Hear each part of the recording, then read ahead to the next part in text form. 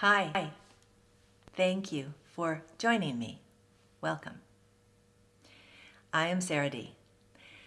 As I think about what I'm going to share on my channel, what I'm going to share with you, I sometimes make it too detailed and I get all confused. And so, I didn't get all confused today.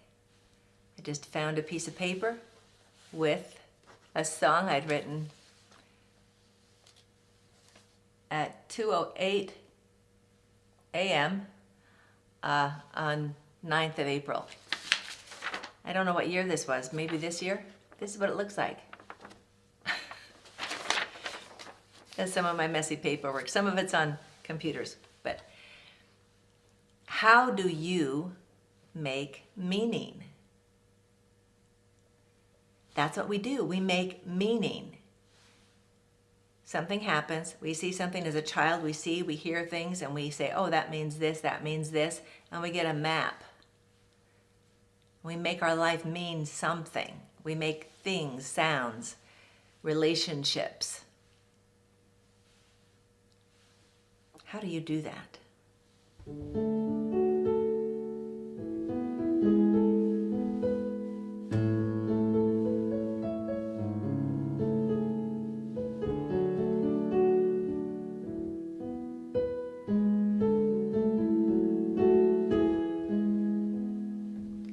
How do you make meaning when life feels empty? How do you find purpose when nothing seems real?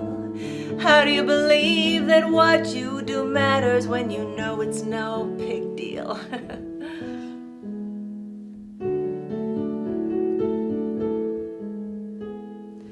The world keeps turning round and round, whether you smile or whether you frown. No one cares about anyone else except when it serves them well.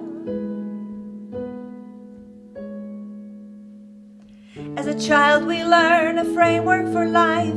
We desire and dream of a future time when we're grown and get to decide what we'll do and be and try.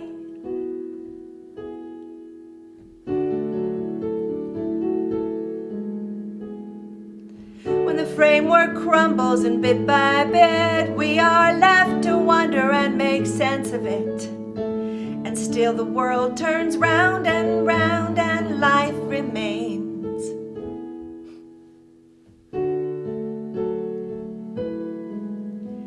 In time.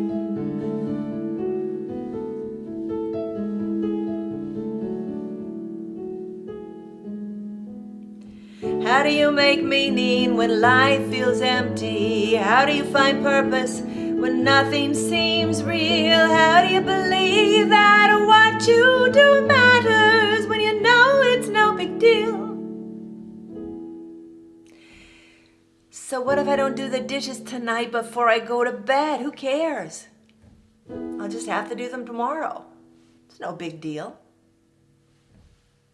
Well, at least not to anybody but me, right?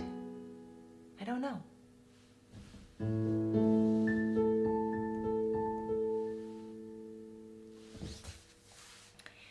So one of the ways I make meaning or process meaning is writing stuff down.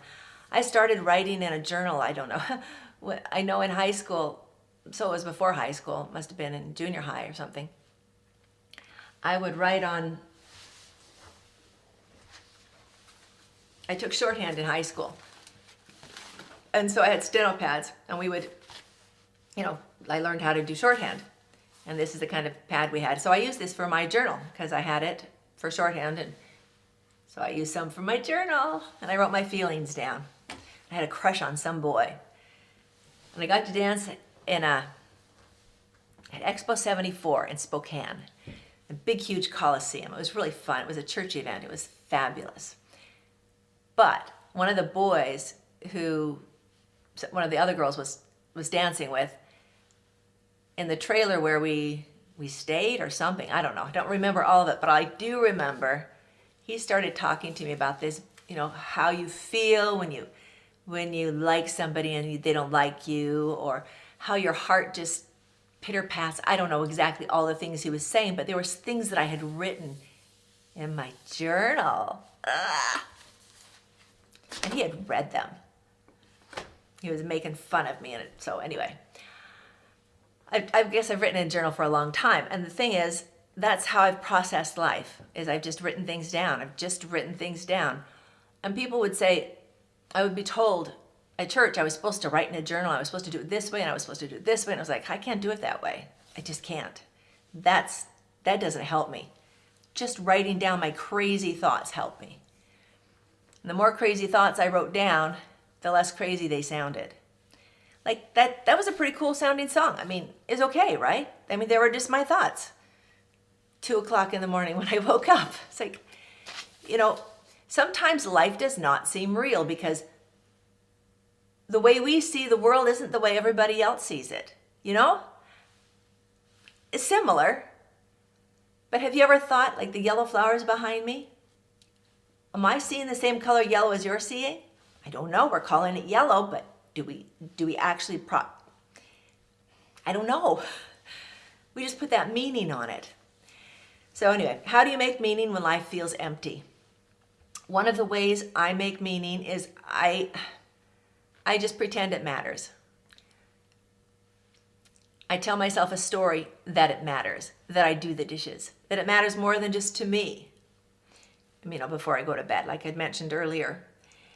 And the framework we learn as children for life, we're pretty much guided to the choices we make in a lot of places.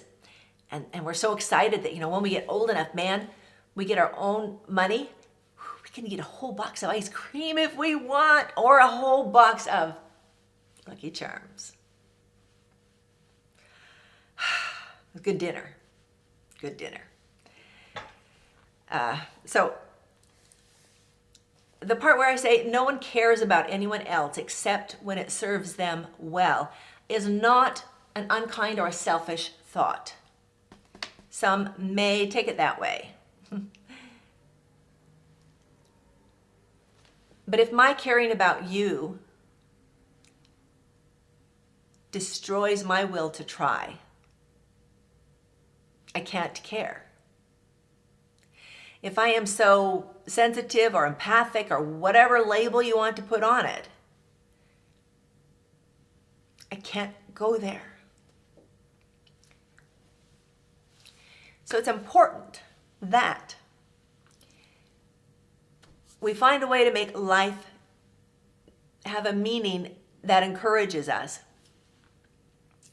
And it's okay that nobody else cares about us.